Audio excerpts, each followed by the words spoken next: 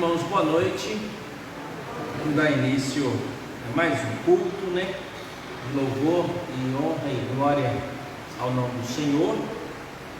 Nós entramos já no janeiro e nós estamos iniciando esse ano, Nós vamos abrir a palavra do Senhor no Salmo de número 95. Salmo de número 95.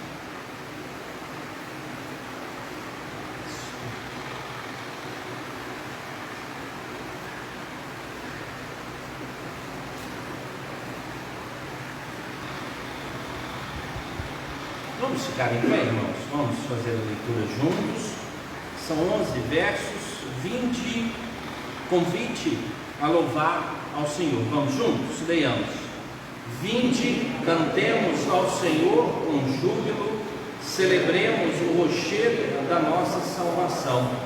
Saiamos ao seu encontro com ações de graças, vitoriemo-no com salmo, porque o Senhor é o nosso Deus supremo e o grande Rei acima de todos os deuses. Nas suas mãos estão as profundezas da terra, e as alturas dos montes lhe pertencem. Dele é o mar, pois ele fez, obra de suas mãos os continentes. Vinde, adoremos e prostremo-nos, ajoelhemo-nos diante do Senhor que nos criou. Ele é o nosso Deus, e nós, povo do seu pasto, e ovelhas da sua mão. Hoje, se ouvirdes a sua voz, não endureçais o coração, como em Meribá, como no dia de Massá no deserto, quando vossos pais me tentaram, pondo-me à prova, não obstante terem visto as minhas obras.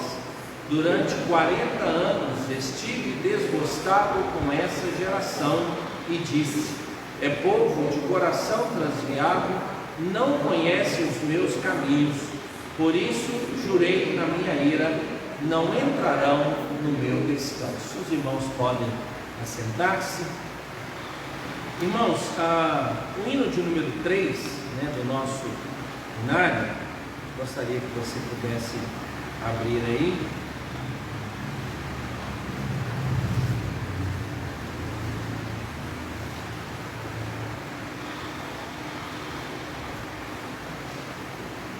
O título: A Igreja em Adoração. Eterno Pai, teu povo congregado, humilde em toa, teu louvor aqui. No dia para o culto reservado, com esperança olhamos para ti. Teu santo livro, ó grande Deus, tomamos, com fé singela e reverente amor, e como atentos filhos procuramos ciência na palavra do Senhor. Jesus, aos teus benditos pés sentados, queremos teu conselho receber, e sendo por ti mesmo doutrinados, de mais em mais na santa fé crescer, do mundo e seus encargos retirados, queremos descansar em ti, Senhor, mirando os ricos bens entesourados, na plenitude do teu vasto amor.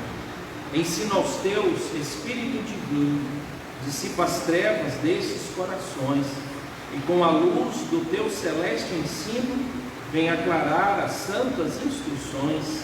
Aviva em nós as forças da memória, pois sempre mais queremos conhecer o Rei dos céus, o Cristo cuja glória eleva os santos anjos de prazer.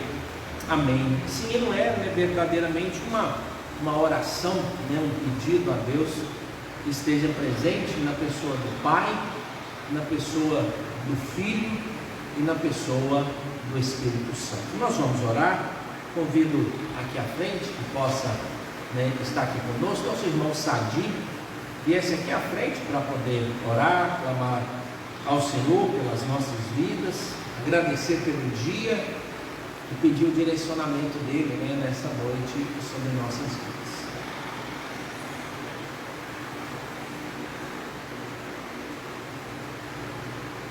Senhor eterno, ao nosso Pai, aqueles que estão no céu. Sim. Muito obrigado, Senhor, por essa semana que nós estamos nela.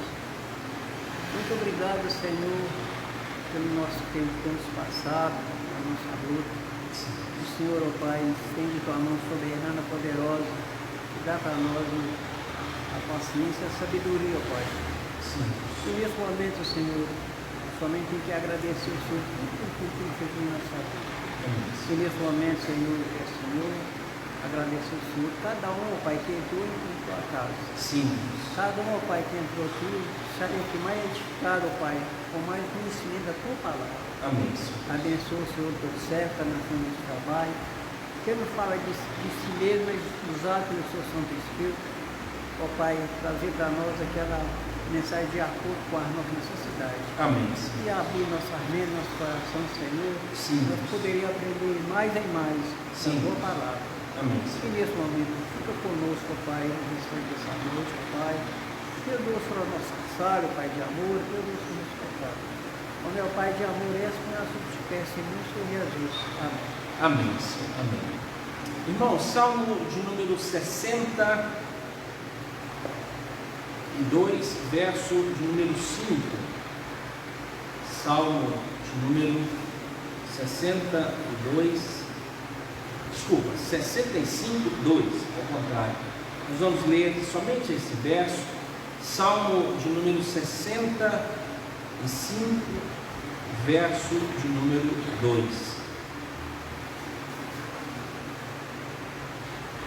Vamos juntos? Leiamos.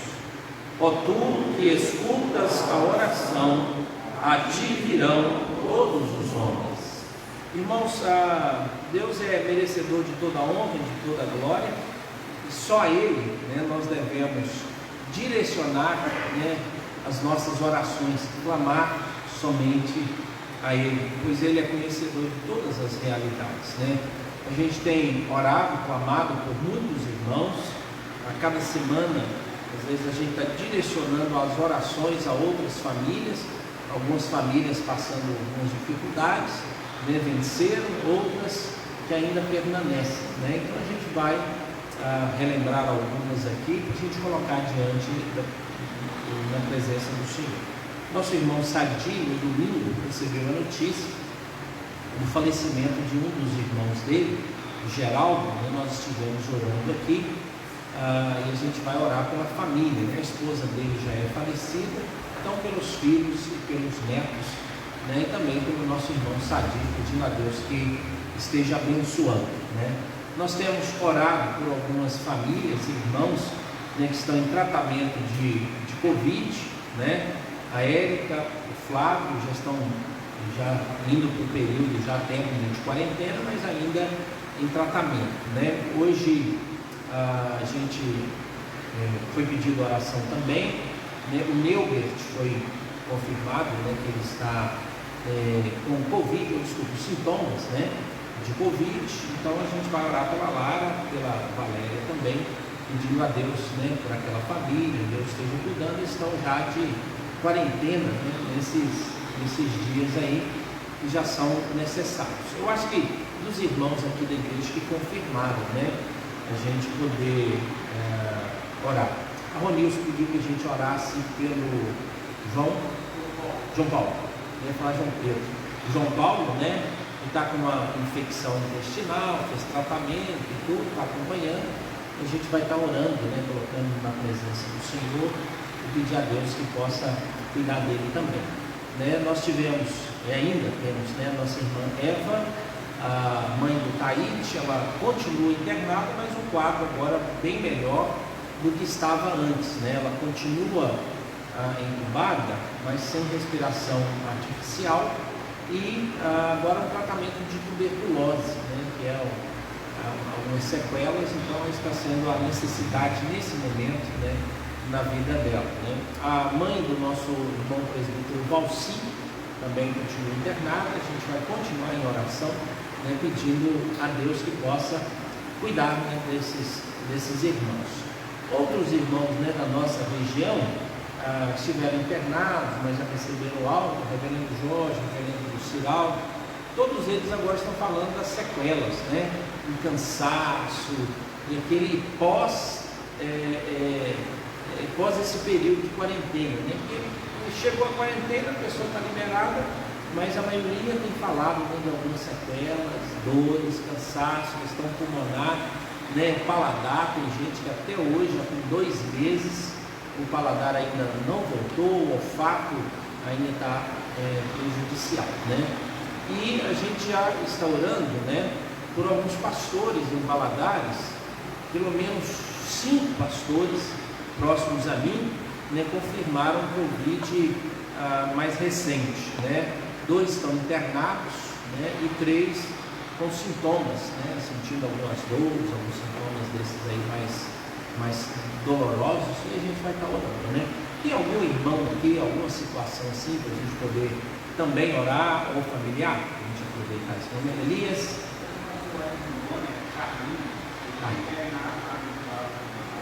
Carlinhos, pastor em Rondônia, Capoal, certo? Então vamos orar então, o reverendo Carlinhos e o reverendo Egimar, né? Está lá na Bolívia, é filho do Egídio, que é lá da Cidade Nova, né? Pediu que a gente orasse por ele também. Ele está na junta de missões, e aí ele está na Bolívia fazendo treinamento de campo, e aí lá ele foi contaminado e está em assistência. Estão num hotel, e o hotel está oferecendo a quarentena para eles, né? A nossa irmã Maria Cruz, depois a Terezinha. Sim, Maria Cruz. Pode ir, está dando.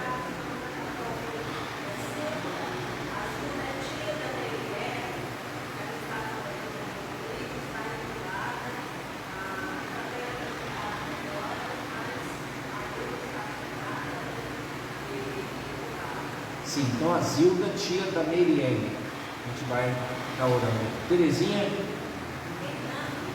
Fernando.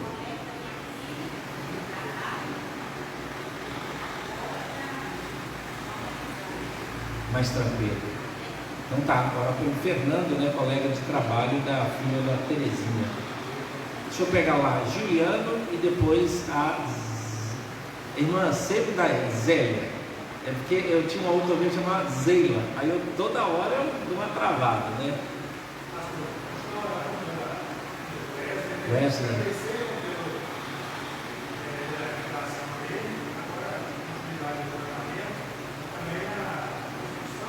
Sim.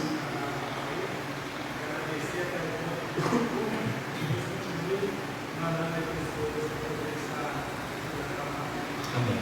E o Wesley, ele é colega de trabalho do Juliano, a gente já esteve orando, ajudando, nós fizemos visita lá, né? Ele recebeu alta, já está em casa, né? Eles estão construindo uma morada para eles moravam de aluguel, mas agora num outro terreno, mais próximo da família, porque ele vai necessitar de muito apoio, né, e acompanhamento da família, né? Ele não estava falando, voltou a falar agora, então a gente poder lembrar, né, também do Wesley.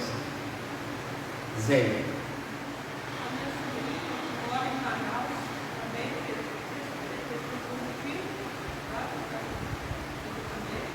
Ela está internada ou em tratamento?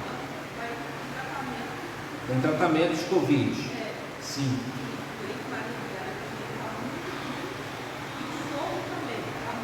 Com ela, o esposo e o sogro. Qual é o nome dela? Ingrid. Ok, vamos orar, né, pedindo a Deus por essas vidas, né, e pedir a Deus a nossa proteção e cuidado de Deus sobre nós. Amém? Vamos orar então, irmãos. Deus bendito, mais uma vez nós declaramos, por meio, ó Deus, da nossa oração e as intercessões que fazemos, que cremos que o Senhor é quem ouve as nossas orações. Por isso, ó Deus, nós deslocamos toda a nossa atenção, Deus, para, ó Deus, apresentar diante do Senhor, ó Pai, essas necessidades. O Senhor as conhece, sabe, ó Deus, a necessidade de cada um de nós, e aquelas, ó Deus, que aqui foram apresentadas. Que a graça, o favor do Senhor, ó Pai, seja presente, possamos perceber, ó Deus, esse cuidado pleno e permanente do Senhor sobre nossas vidas.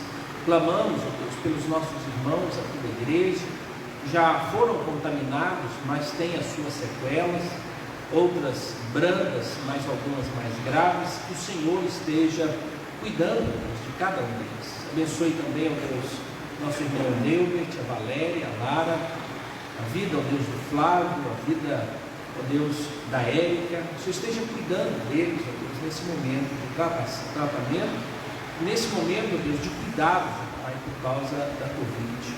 Agradecemos também a recuperação de muitos outros irmãos que agora, Deus, sem sequela alguma, Pai, também agradecem de novo o nome do Senhor. Colocamos, ó Deus, os pedidos que aqui foram colocados, ó Pai. O Senhor esteja abençoando, ó Pai, a vida dos familiares do Sadir, a vida dele, dos sobrinhos e também, ó Deus, daqueles que são netos do seu Geraldo, que se despediu, ó Deus, da família, e o Senhor é quem cuida. Pedimos pela vida do pastor Carlos, ó Deus, que o Senhor esteja cuidando dele, que a mão do Senhor, ó Pai, esteja presente ali no hospital, onde ele está. Pedimos, ó Deus, pela vida da Ingrid, o esposo, o sogro. O Senhor é aquele que vê e sabe, Deus, de cada uma das necessidades. Clamamos, ó Deus, para que o Senhor esteja cuidando da vida do Fernando, que esteve em caso, Deus, em um grau mais complexo, mas hoje está melhor.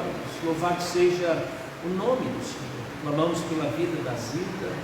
O Senhor é aquele que sabe, Deus, e conhece a necessidade de cada um, Deus, que aqui foi apresentado. Colocamos, ó Deus, a vida, Deus, de cada pastor, amigo e próximo, Deus, que tem vivenciado momentos difíceis, a vida do Felipe, do Hermes, do João Batista, do João, Deus. Que o Senhor esteja cuidando de cada um deles, do Elvio, que a mão do Senhor, ó Pai, esteja ali presente, que possa haver, ó Deus, da nossa parte, sempre confiança de que o Senhor tem cuidado de nós. Mostra, ó Deus, o amor do Senhor e misericórdia por meio desse cuidado, que nós, ó Deus, permaneçamos firmes, certos, ó Deus, de que o Senhor é quem cuida de nós e vê cada uma das nossas necessidades. Em nome de Jesus, nós oramos. Amém. Amém.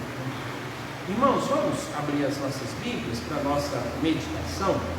Romanos, capítulo de número 12, vai ser a gente vai começar a série de estudos a partir de fevereiro, mas eu queria reforçar um pouco sobre o tema, que eu tenho falado e que pode ajudar-nos, na nossa caminhada.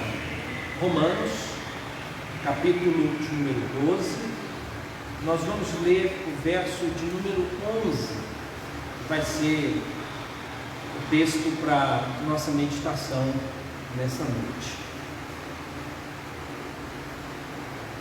Romanos 12, verso 11, ok? Vamos ler juntos? Leiamos. No zelo não sejais remissos, sede fervorosos de espírito, servindo ao Senhor. Irmãos, no capítulo 12 de Romanos, é o que chama-se da parte prática de toda a carta aos romanos. Então, ele começa a falar aqui das nossas relações com os crentes, das nossas relações com a sociedade e das nossas relações com o não crente.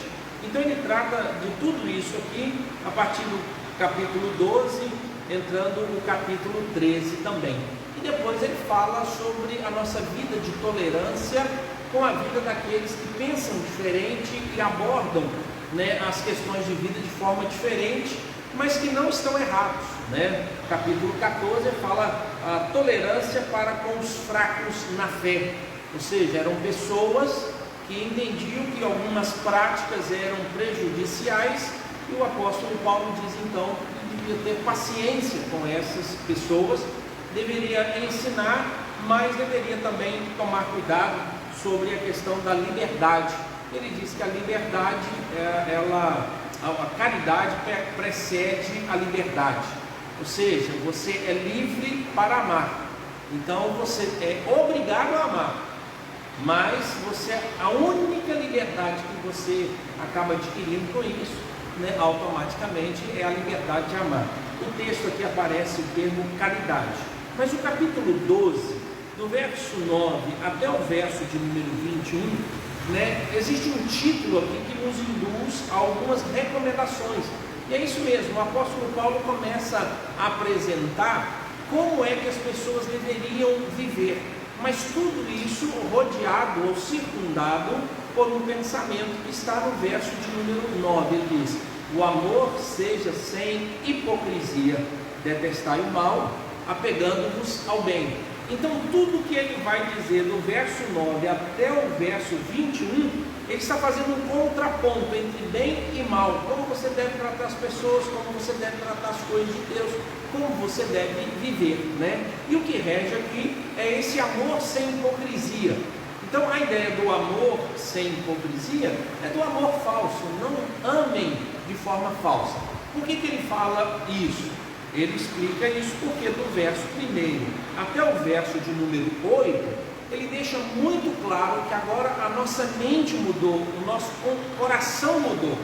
Só para a gente ter uma ideia, é muito comum nós usarmos o verso 1 e 2 para falar do nosso comportamento filosófico, da nossa ideologia cristã, enquanto que o verso 1 e 2 está dizendo que eu devo sacrificar a minha vida para que eu tenha pensamentos que agrada a Deus e para que eu experimente a vontade de Deus. E qual é a vontade de Deus quando eu vejo aqui? É tratar as pessoas com amor. Essa que é a vontade. Se você der uma lida no verso 1 e verso 2, que a gente guarda bem, rogo-vos, pois, irmãos, ele diz assim: pelas misericórdias de Deus. Ou seja, se Deus te amou, você também deve viver debaixo do amor. O que deve reger a sua vida é a misericórdia. E ele vai apresentar isso, Que apresenteis o vosso corpo por sacrifício vivo, santo e agradável a Deus, que é o vosso culto racional. Ou seja, agora a sua vida tem que ser sacrificada a Deus. Você deve dar o seu melhor para Deus. Ele diz: e não tenha o pensamento desse mundo. Aí ele diz: o que falta nesse mundo? Falta amor. O problema e a dificuldade nesse mundo é amor. Do verso 3 até o verso 8, ele prova que as pessoas, elas fazem tanta comparação entre os dons que Deus deu, que inicia aqui. A falta de amor inicia quando eu olho os meus dons e quando as pessoas olham os seus dons, e às vezes nós achamos que o nosso dom é maior do que o outro.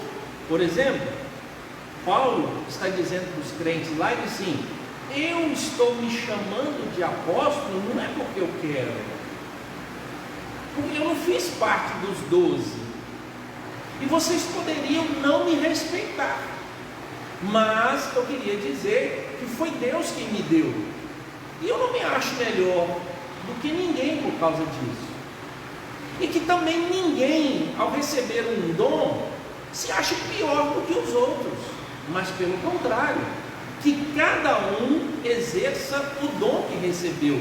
Porque, irmãos, falta de amor vai criar comparação. E aí o apóstolo Paulo início diz assim: olha, porque pela graça que me foi dada, digo a cada um dentre vós, que não penseis de si mesmo além do que convém. Antes, pense com moderação, segundo a medida da fé que Deus repartiu a cada um. Ele já vem trabalhando o quê? Uma desunião que existia na igreja de Roma, que era um grupo judeu e um grupo não judeu. E ele diz: e se vocês não se amarem, vocês vão se destruir. Por isso então ele fala de dons. Ele diz assim: já que eu recebi esse dom, eu não me acho melhor do que ninguém, mas ele diz: mas eu vou esmerar por fazê-lo acontecer. E se você recebeu o dom, faça também, mas que ninguém se considere melhor. O que ele estava dizendo, irmãos? Que judeu não se acha melhor do que gentio. Olha o tanto de dom que os judeus receberam, Paulo fala que o dom máximo que os judeus receberam foram os oráculos. Ninguém nesse mundo recebeu os oráculos de Deus. Quem é que recebeu a revelação? Quem é que é chamado o povo de Deus? Somente os judeus. Ele diz assim: então o judeu não deve achar que é melhor do que o gentil. E aí ele vai falar e tratar justamente isso. E como é que ele vai equilibrar? Ele diz, é pelo amor. Olha o verso de número 8 do capítulo 13. Ele diz assim: a ninguém fiqueis devendo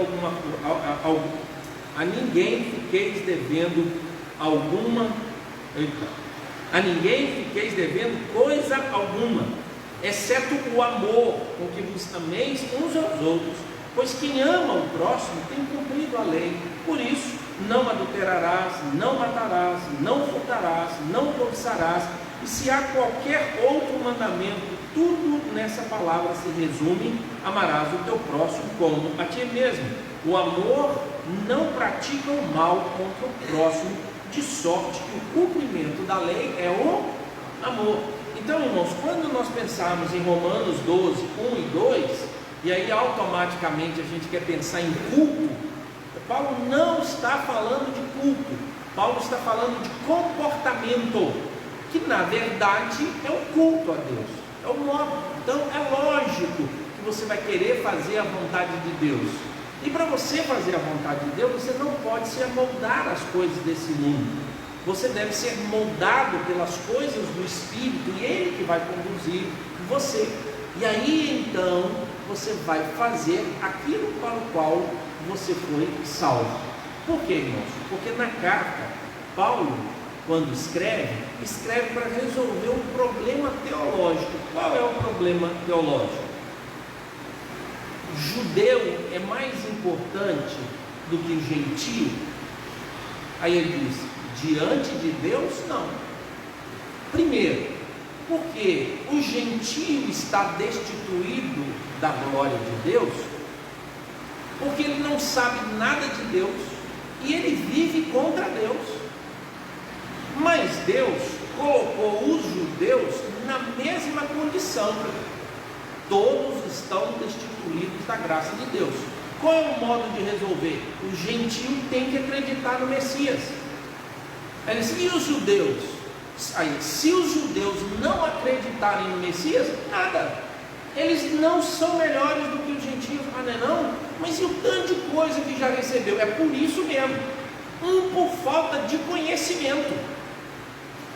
Por não ter conhecimento, não saber das coisas de Deus, eles não aprovarem as coisas de Deus, viverem longe das coisas de Deus, eles precisam de Jesus.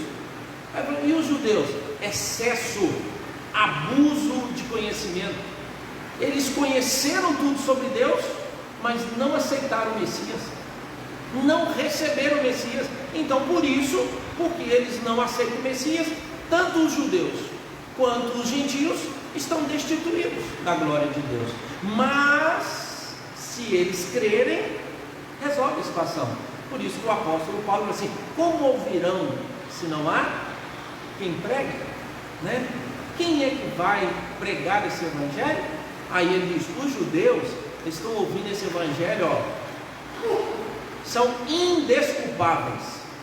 E os gentios, aqueles lá, eles esquecem, eles são indesculpáveis, porque pela natureza, pela obra de Deus, só de observar, eles já deveriam crer e não creem. E aí então, irmãos, mesmo depois desses dois grupos crendo em Cristo Jesus, eles não atingiram a maturidade ou a mente renovada, porque eles estavam ainda com a mente antiga. Então, irmãos, não é somente os gentios que tinham mente antiga, eram também os judeus. Por isso ele está dizendo, renove a mente de vocês. E aí como é que se renova essa mente? Buscando a vontade de Deus. E ele diz, e como é que a vontade de Deus se expressa no meio de vocês? Pelo amor.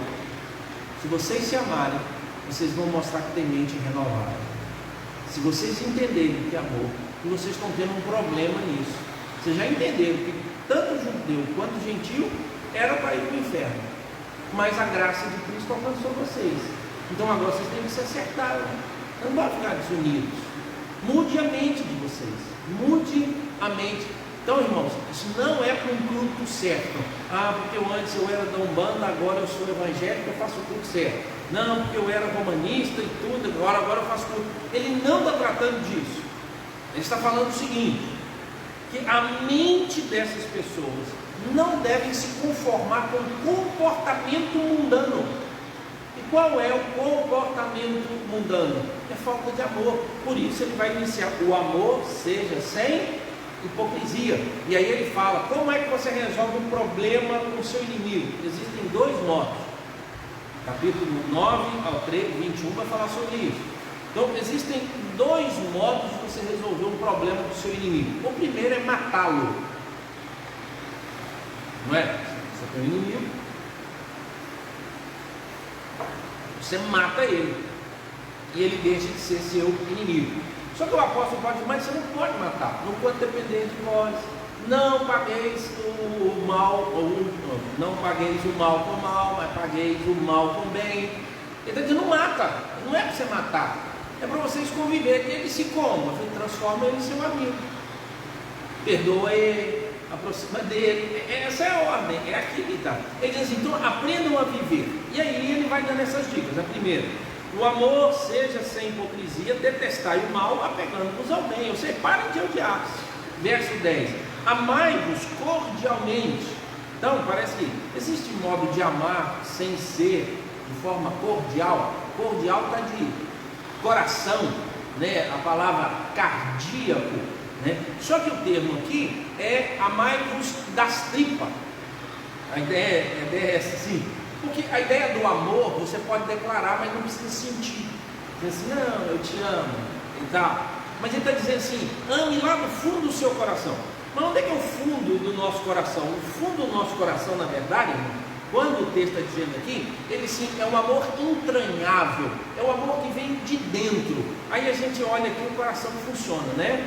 Mas quando eu leio a Bíblia, especialmente na língua grega, a palavra que aparece aqui não é simplesmente um termo para o coração ou pelo coração, mas é pelas entranhas. Aí a gente vai entender um pouco. Porque quando alguém, ou o texto bíblico falava de que você deveria ter sentimentos por alguém, ele não falava do coração, falava das entranhas, do intestino. E preste atenção: quando nós nos emocionamos, é muito comum nós sentirmos um frio onde? Apaixonou, foi surpreendido. Você não, o coração dispara, mas quem é que sente? E agora, irmãos, se você der uma lidinha, já está provado. Existe um segundo cérebro, que é o nosso intestino. Ou seja, para esse aqui funcionar bem, esse aqui precisa funcionar melhor ainda. Então, tudo que esse aqui fizer, esse aqui vai funcionar bem. Então, a comida chega primeiro onde? Aqui ou aqui? Ela chega no intestino primeiro. E aí, então, aqui é alimentado. Por incrível que pareça, é chamado de o nosso segundo cérebro. Funciona muito bem, irmãos, muito bem. De vez em quando, algumas pessoas, elas têm até intolerâncias na hora do apuro. De vez em quando você tem a pessoa: preciso correr aqui para o banheiro. Questão emocional está envolvida. Então ele está falando de algo extremamente profundo. Mas já viu que quando alguém está com muita raiva também, como é que a gente diz? Pesado. Entendeu? Por quê? Porque o intestino dele está trabalhando. Esse é um princípio que a gente encontra nas Escrituras. Então esse amor cordial aqui de uns para com os outros, com amor fraterno, irmãos, é um termo que ele é da cultura cristã. Porque é amor de fraternidade, é amor entre irmãos. Ele diz: olha, judeu e gentio não eram irmãos, eles eram inimigos, mas em Cristo Jesus eles passaram a fazer parte de uma única família, a família da fé. E aí ele continua: preferindo-vos em honra uns aos outros. Tente imaginar, irmão, o judeu falando assim: não, fulano, porque assim, a briga era essa, né? A discussão lá era se devia comer carne ou se devia comer legumes. Depois você dá uma olhadinha, essa era a discussão. Aí um falava assim: tem que comer carne. Era um gentil, né, irmão? Eles estavam lá: não, pode comer carne, não tem problema e tal. Aí um grupo judeu falava assim: não, tem que comer só legume. A discussão era essa, tá? E aí agora? Aí Paulo diz assim, preferindo-vos em honra. Ele diz, para não escandalizar o fraco na fé. Quem era o fraco na fé nessa história? A gente fica perguntando, era o judeu ou era o gentio? Mas o apóstolo Paulo, ele encontrou algumas pessoas que entendiam que não fazia diferença. Que se comesse carne ou que se comesse legume, não tinha problema nenhum. Mas um grupo defendia que tinha que comer legume, o outro grupo que só carne. E o apóstolo Paulo disse assim, então vocês querem demonstrar que amam uns aos outros? Sim. Então por causa do outro não coma carne. Ah, é? Então por causa do outro não coma legume. É isso que ele está falando, preferindo-vos em honra. Você já cedeu o seu lugar na fila para alguém? Ceder o lugar na fila é uma coisa, irmão. Furar a fila para alguém é outra coisa, tá? 10 pessoas na fila, você está com um boleto para pagar. Aí chega um desesperado, você é o segundo. Você furar a fila. Ao segundo chega assim, aqui tem como você pagar uma conta para mim? Tudo mais. Você fez o que os 8 que estão para trás? Você vai pagar a sua e pegou mais uma para fazer. Você é furar a fila. Então se você pediu para furar a fila. Se você aceitou, você furou fila. Agora presta atenção, ceder a vez é outra história. Você sai da fila e deixa a pessoa entrar no seu lugar e vai lá para o fim da fila. É isso que é preferir em honra um ao outro, em vez de mim, ou em vez de eu, o outro. Ah não, pastor, assim é muito prejuízo. Fazer o quê? Tipo consórcio. Aí, rapaz, você ganhou, passa para mim e tal. Vai lá e acerta. E ceder a sua vez. Então, presta atenção, não é levar vantagem pela sua vez e utilizar o outro. Então o apóstolo Paulo está falando isso. Aí no verso de número 11, ele diz assim, no zelo não sejais remissos, sede fervorosos de espírito, servindo ao Senhor. Parece que ele muda totalmente o assunto. Mas ele está dando diversas instruções. E agora ele está falando de como é que se deve viver. Porque é muito comum, irmãos, em uma igreja que há atrito e confusão, as pessoas abandonarem o zelo. Primeiro, por descaso. A ideia é tipo assim, eu dei tanta minha vida, eu fiz tanto, e agora então eu não vou fazer mais nada. Por quê? Porque você considerou que o que você fez era muito importante e que as pessoas deveriam então valorizar o que você fez, tá? Não tente trabalhar assim, embora a Bíblia diga para a gente honrar quem é honrado. Mas se você espera benefícios e méritos por causa do serviço, provavelmente o próximo ano você não vai querer servir ninguém. E a igreja que está vivendo uma divisão, ela sofre isso. E existe um outro lado, de pessoas extremamente zelosas, que descobriram que toda vez que ela é zelosa, ela sofre. É igual dona de casa, né? Todo mundo levanta, vai trabalhar, todo mundo. Aí pegar a dona de casa, tá? Ela vai lá e entra em cada quarto, arruma cada lençol, arruma cada negócio, limpa, zela. Na hora do almoço a galera chega, deita na cama e sobe o negócio, tira a toalha, joga no chão e deixa tudo molhado, chinela aqui, sapato ali, senta de qualquer jeito, joga os pratos para tudo quanto é lado e tal. Aí uma hora ela olha e diz, cansei. Aí quando chega a noite, tem água gelada? Não, cansei de ser zeloso. Então uma igreja dividida, acontece isso. Você tem as pessoas que nunca fizeram e vão continuar nunca fazendo. Você tem as pessoas que um dia foram zelosas, mas porque foram ofendidas ou magoadas, ela disse, eu não quero mais isso. Ou existem as pessoas que foram profundamente zelosas, e ninguém considerou toda a atividade, e ela disse, estou magoado. Eu disse, aí é bem feito. Não ache que o seu serviço tem que receber por ele. Faça-o. Se Deus quiser te honrar, é Deus quem vai fazer. E aí, irmãos, o apóstolo Paulo disse, no zelo não sejais remissos. Ele está dizendo assim, na obra do Senhor não seja preguiçoso. O reino de Deus, eu sempre quero guardar todas as proporções, tá, irmãos? ele depende da sua atividade, tá bom? Pastor, o reino de Deus depende, irmão. Deus nos colocou, Ele nos deu função. Então, se Deus nos deu função, deu à toa? Não, Ele tem um propósito. Se você não faz, isso é um problema seu. Mas o reino de Deus funcionaria muito mais tranquilo, teria muito mais gente trabalhando. Então Deus colocou uma condição. Como é que você prepara uma igreja? Os 5 ministérios que nós encontramos em Efésios: pastores, líderes, presbíteros, apóstolos, mestres. Aqueles ali estão para quê? Para executar uma função de fortalecimento da igreja. Então o reino de Deus está funcionando. Então, se você tem uma função, o reino espera. Se você é do corpo de Cristo, ele espera. Mas presta atenção, toda a sua procrastinação, toda a sua preguiça vai atrapalhar a atividade de outras pessoas. Então, às vezes, é melhor a gente pedir para essa pessoa fazer o quê? Sai fora, você está atrapalhando. Por isso, o apóstolo Paulo está dizendo assim: olha, na obra de Deus, não seja preguiçoso, seja uma pessoa zelosa, que faz tudo bem, faz para a honra e para a glória de Deus. E aí, irmãos, onde é que está depositada a preguiça? Não sejais remisso.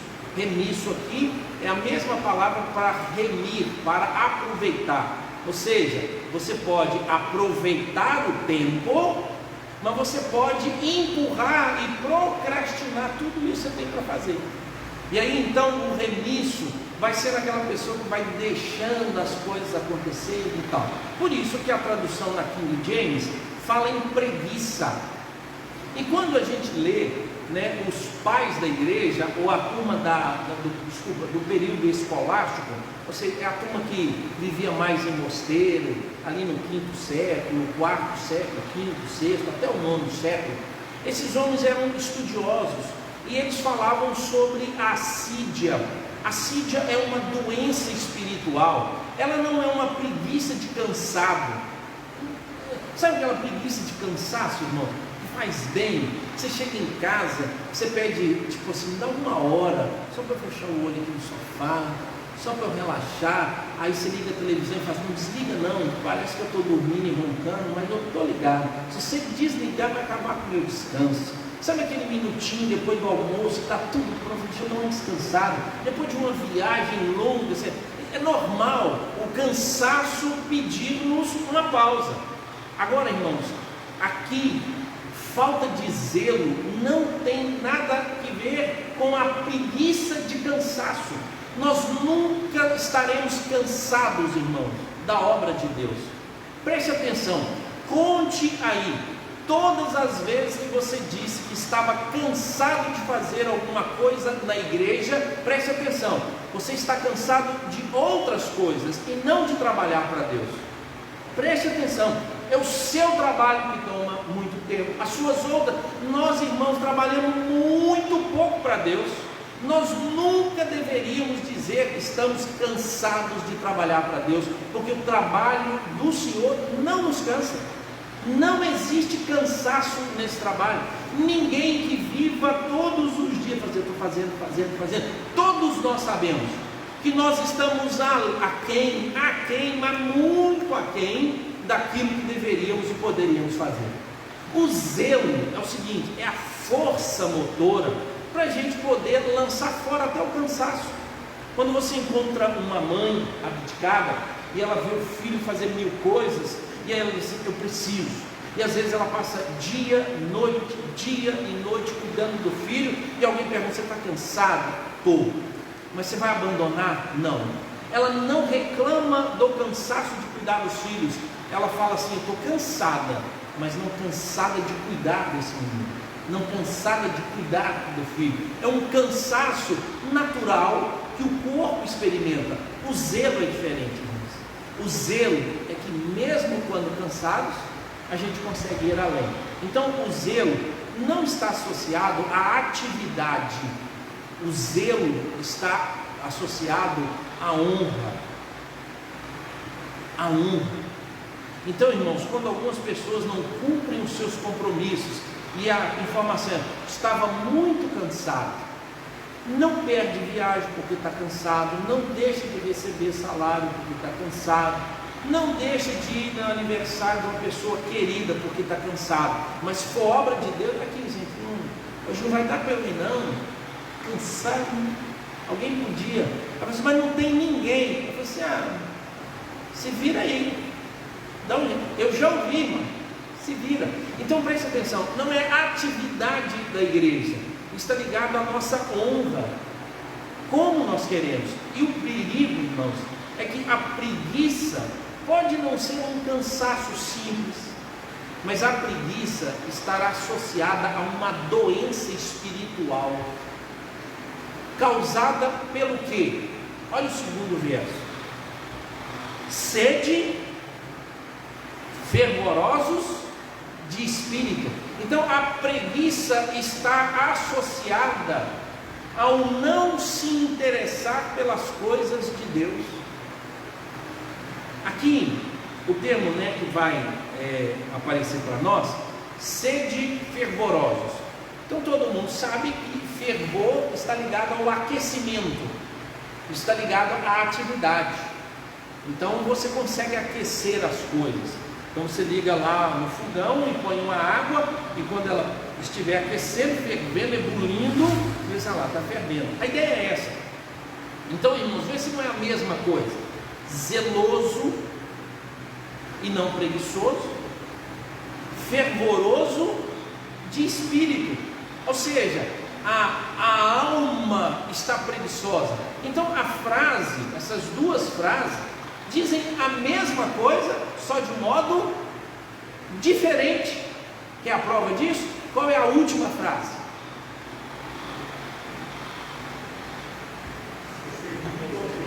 Ou seja, deixa de ser preguiçoso e faça o serviço de Deus direito.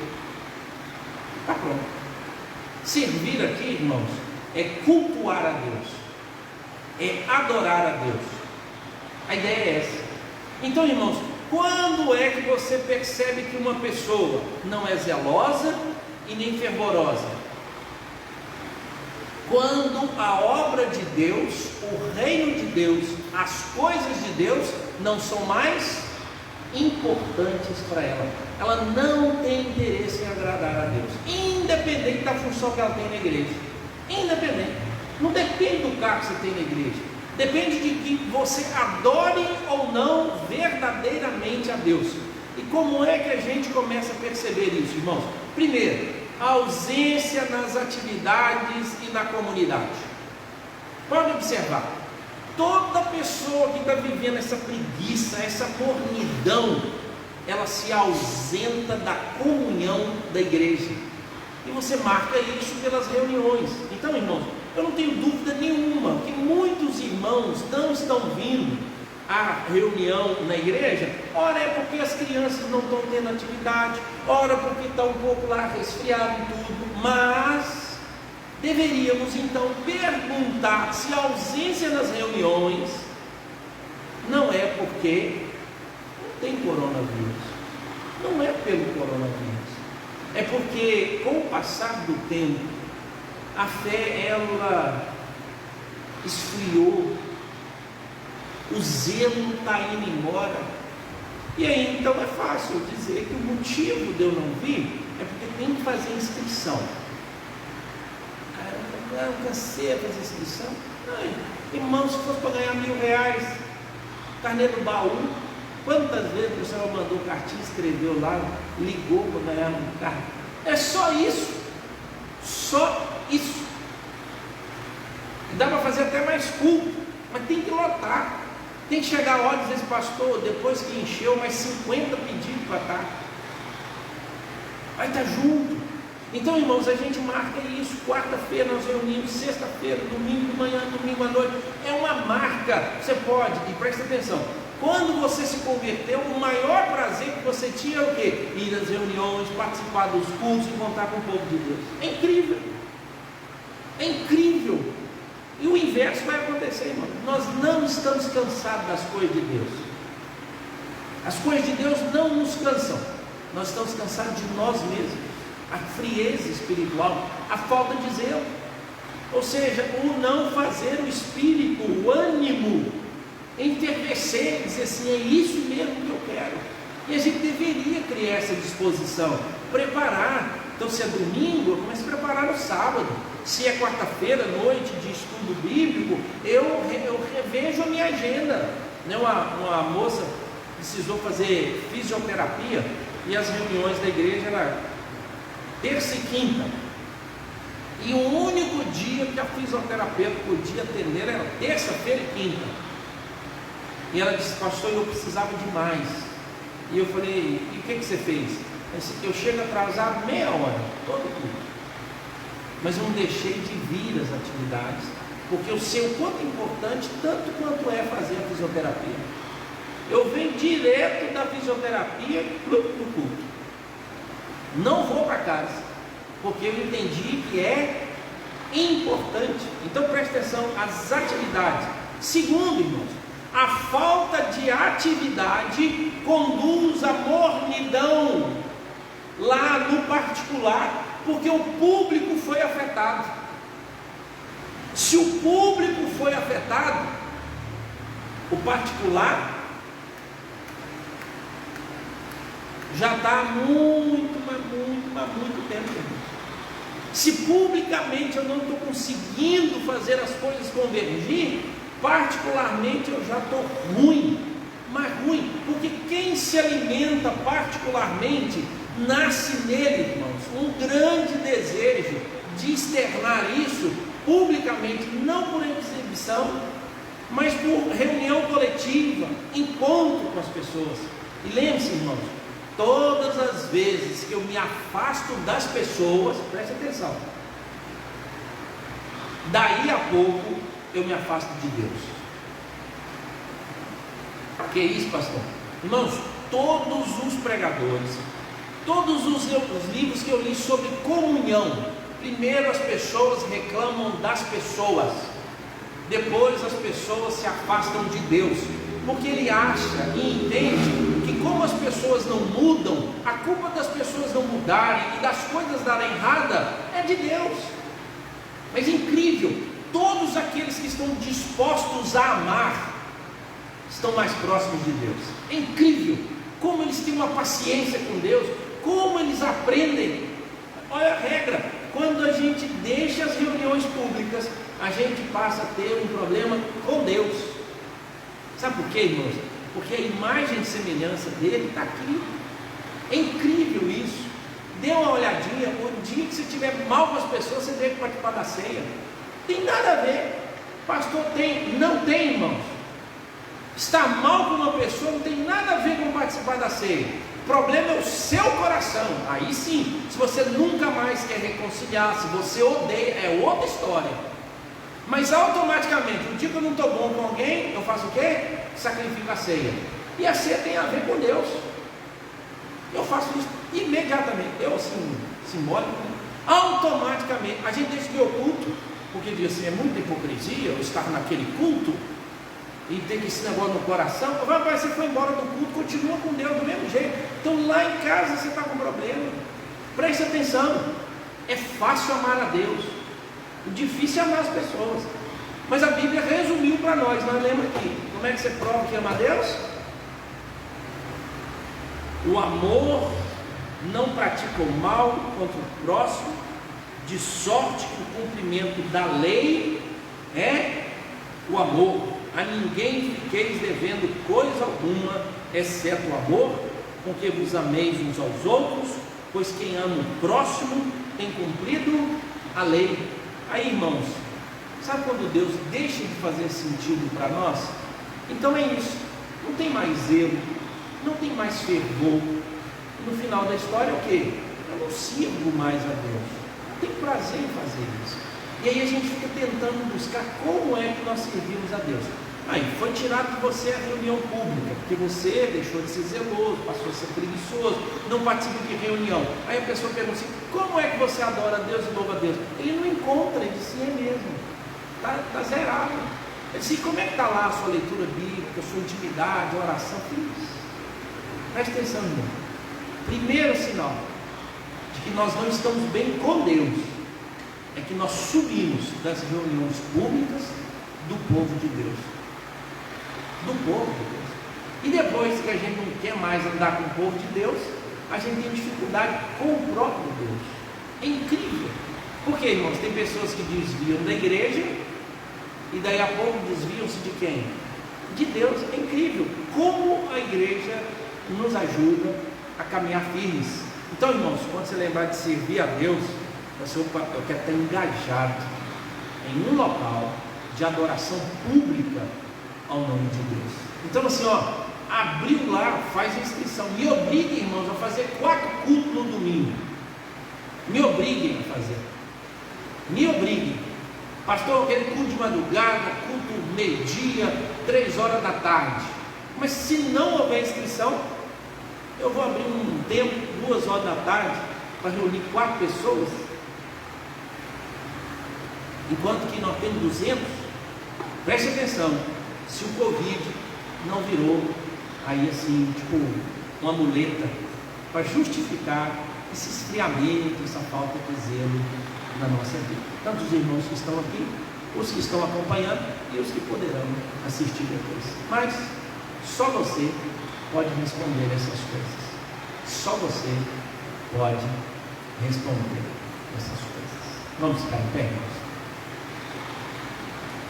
Deus amado, nos ajude a amar verdadeiramente, Deus. Nos ajude, ó Deus, a ser zelosos quanto às coisas do Senhor. E, ó Deus, fazer com que o nosso espírito esteja aquecido. Isso é responsabilidade nossa. Sabemos que o Senhor já nos deu capacidade para tudo isso. E agora, ó Deus, deve haver um desejo de servir ao Senhor e viver para a honra e glória do Teu santo nome. Ó Deus, que coisa nenhuma nesse mundo seja mais importante do que estar com o povo do Senhor, porque amamos ao Senhor. Em nome de Jesus nós oramos. Amém. Amém. Irmãos, que Deus nos abençoe. Sexta-feira a gente vem para a oração, um monte de gente, para a gente poder orar. Tá bom? Deus nos abençoe.